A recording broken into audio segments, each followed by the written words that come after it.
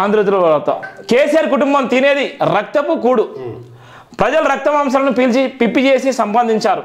కాంగ్రెస్ సర్కారు గ్యారెంటీ దరఖాస్తు నమూనాను ఆవిష్కరించిన సీఎం రేవంత్ మంత్రులు 66 కోట్లతో 22 ల్యాండ్ క్రూజర్లు 66 కోట్లతో ల్యాండ్ క్రూజర్లు ఆయనే స్వయంగా చేపించుకున్నాడు దానికి సంబంధించిన ఫోటో కూడా రిలీజ్ చేయడం జరిగింది ఆయన ఏ విధంగా ఉండాలి ల్యాండ్ క్రూజర్ ఏ విధంగా ఉండాలి ఆయన పరిపాలనలో ఏ విధంగా ఆయన సెటప్ ఉంటుంది ఏ విధంగా ఉంటుంది అన్నటువంటి వార్త గురించి మళ్ళీ గెలుస్తానుకొని కొన్న కేసీఆర్ వాటిని విజయవాడలో దాచిపెట్టారు సీఎం అయిన 10 రోజుల దాకా నాకు ఆ వాహనాలు ఉన్న విషయం తెలియదు ఓ అధికారి వచ్చి నా చెవిలో చెప్పారు కేసీఆర్ పై రేవంత్ రెడ్డి వాక్యాలు నిరుడు ఏప్రిల్ మే నెలలో దశల వారీగా విజయవాడకు పంపిన బీఆర్ఎస్ సర్కార్ బుల్లెట్ ప్రూఫ్ శాటిలైట్ టెక్నాలజీ హంగులు సంతరించుకున్న డెలివరీకి సిద్ధమైనటువంటి కార్లు కొంచెం ఇంత ఉన్నది దీని మీద అసలు ఏందన్న అసలు ఏంది ఈయన చేసినటువంటి పరిపాలన గురించి చెప్పు నేనేమంటున్నా బ్రదర్ శివ ఇది నేను ఇంతకుముందు చెప్పిన ఒక లిబియా ఒక ఆఫ్ఘనిస్తాన్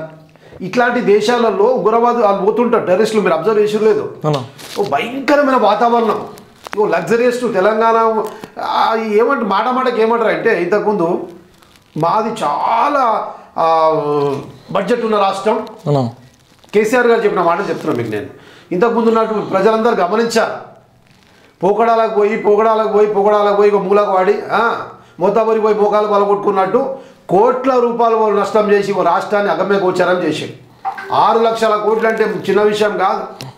పుట్టబోయి బిడ్డ మీద కూడా దాదాపు 2 లక్షలు అప్పు చేసి పెట్టి మనోడు ఇంత పెట్టినాక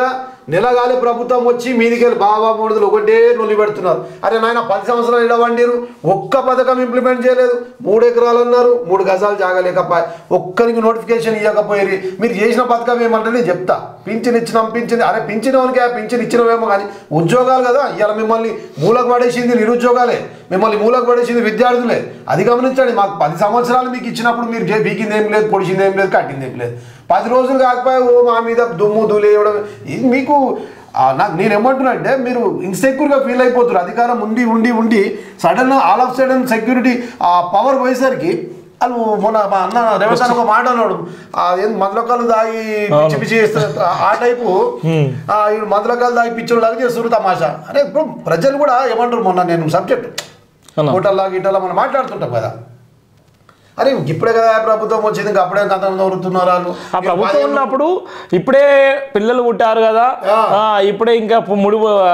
చిన్న అడుగులు వేస్తున్నాను చెప్పిన సందర్భాలు ఎన్నో ఉన్నాయి అదే అంటున్నా కదా ఇప్పుడు మీరు 10 రోజులు కూడా లేదు కానీ శివ నేనేమంటున్నా మన స్టూడియో ఉంది ఈ స్టూడియో ఇంకో ప్లేస్ కు మార్చితే నీకు ఎంత సమయం పడుతుంది సెట్ చేయడానికి నీ సామాను నీకు ఎంత రిస్క్ మినిమం నాకు తెలిసి ఇవన్నీ సెట్ కావాలంటే 1 మంత్ అవుతుంది అన్ని పర్ఫెక్ట్ కావాలంటే మరి అట్లాంటిది ఒక రాష్ట్ర వ్యవస్థని సంస్థని అన్నింటినీ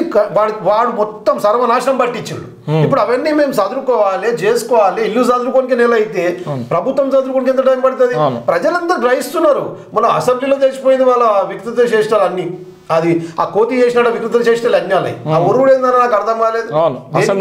వాళ్ళ అహంకారం ఏంది వాడు ఓడిపోయినా సిగ్గురాక ప్రజలకు పరిజ్ఞానం ఉండాలి కదా